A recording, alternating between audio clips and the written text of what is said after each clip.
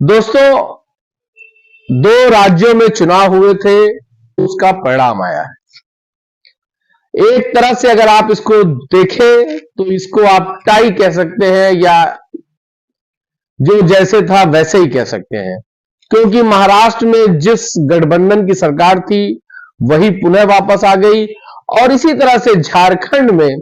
जिस गठबंधन की सरकार थी वही पुनः वापस आ गई। हो सकता है महाराष्ट्र में मुख्यमंत्री का चेहरा बदला जाए या बदल जाए,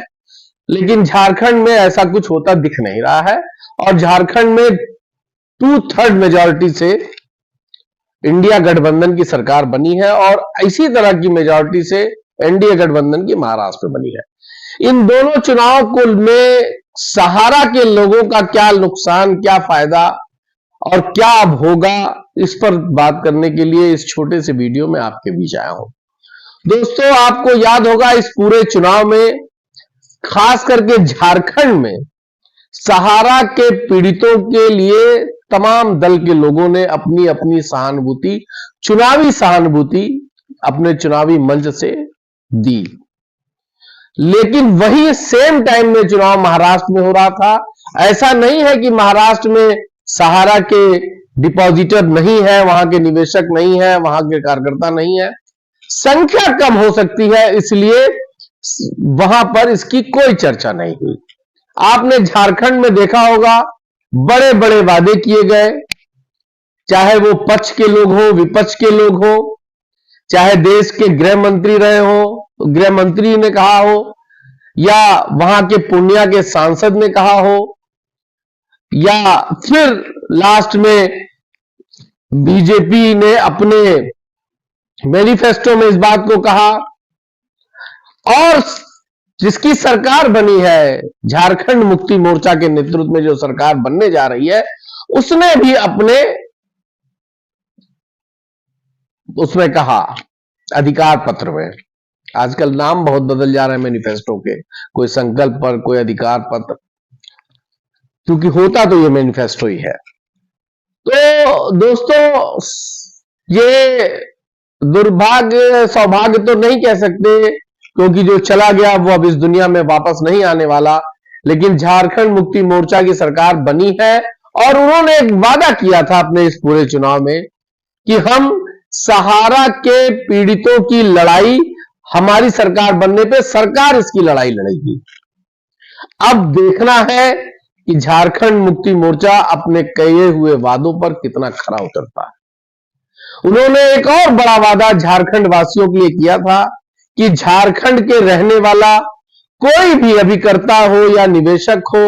जिसने आत्महत्या कर ली गिलानी की वजह से या तकादे की वजह से या किसी भी वजह से, जो सहारा से संबंधित एजेंट रहा हो, कार्यकर्ता रहा हो, जिसने अपनी लीला समाप्त की, ऐसे लोगों को आर्थिक सहायता देने का भी वादा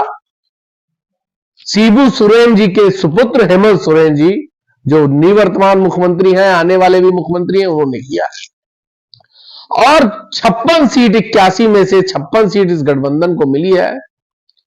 तो जनता ने, खास करके सहारा के निवेशकों ने झारखंड मुक्ति मोर्चा के द्वारा कही गई बात पर अपना विश्वास जताया और उन पर यकीन किया और उनको मतदान किया। जबकि देश की सबसे बड़ी पार्टी भारतीय जनता पार्टी के नेता भी वहां चिल्ला चिल्ला करके इस बात को कह रहे थे कि आपका भुगतान होगा, आपका ये होगा, लेकिन लोगों ने, सहारा के पीड़ितों ने उसको नकार दिया। उसकी वजह साफ है दोस्तों कि अभी 6 महीना पहले बिहार में जब लोकसभा का चुनाव हो रहा था, तो बिहार और झारखंड की कई सभाओं में इन नेताओं ने सहारा का मामला हल हो जाएगा कह करके कई वादे किए थे, और उसका लाभ भी उनको मिला था। मगर सहारा पीड़ितों के बाद की तरफ चुनाव के बाद किसी ने मुड़ करके नहीं देखा, और जैसे ही चुनाव खत्म हुआ और दूसरा चुनाव आया है, तो फिर सहारा पीड़ितों की याद आ गई, और सहारा के पीड़ितों ने एक अच्छा मैसेज दिया है, और उस मैसेज से देश की सबसे बड़ी पार्टी भाजपा को और भारत की सरकार को यह सबक लेना चाहिए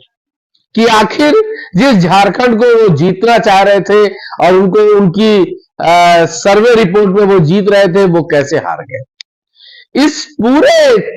एपिसोड मतलब इस चुनाव में बीजेपी और एनडीए की शिकस्त खास करके झारखंड में का कारण मेरा मानना है सिर्फ और सिर्फ सहारा के पीड़ित है। उन्होंने ही सरकार को आईना दिखाया है कि अब बात